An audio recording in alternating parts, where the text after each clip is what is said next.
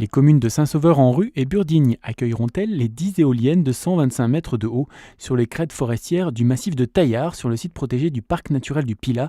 C'est la question posée ce mercredi dans l'hémicycle de l'Assemblée nationale par le député Dino Cinieri lors de la dernière séance des questions au gouvernement. Le préfet de la Loire s'apprêterait à signer le permis de construire des ailes de Taillard.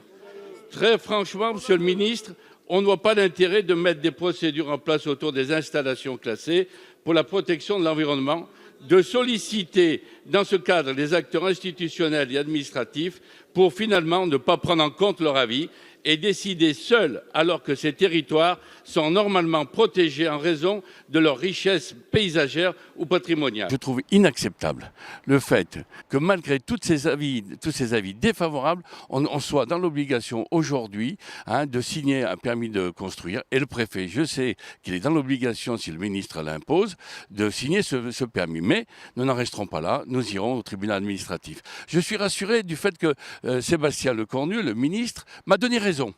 Il m'a donné raison et il me dit qu'il n'y aura pas plus d'éoliennes qu'il y en a aujourd'hui sur les sites classés. Eh bien, on verra.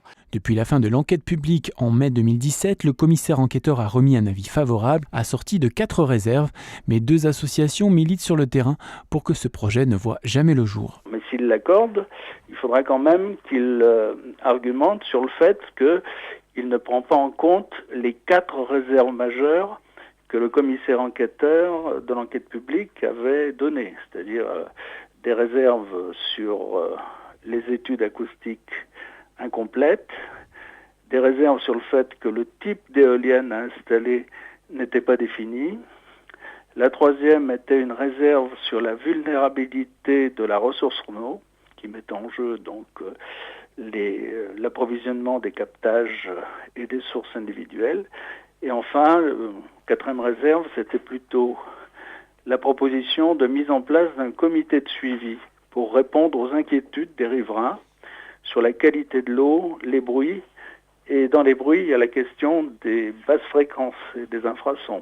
En réponse à Dino Cinieri, le secrétaire d'État à la transition écologique, Sébastien Lecornu, a annoncé la nomination d'un médiateur national de l'éolien. Aujourd'hui, la situation n'est satisfaisante pour personne, ni pour les porteurs de projets d'éolien, ni pour les élus locaux, ni pour les riverains.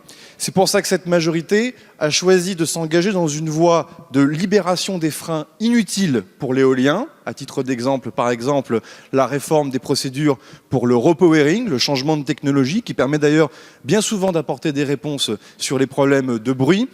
Faire évoluer également les procédures en matière de contentieux, en supprimant un niveau de contentieux. Nous prenons également un certain nombre de mesures de protection, monsieur le député.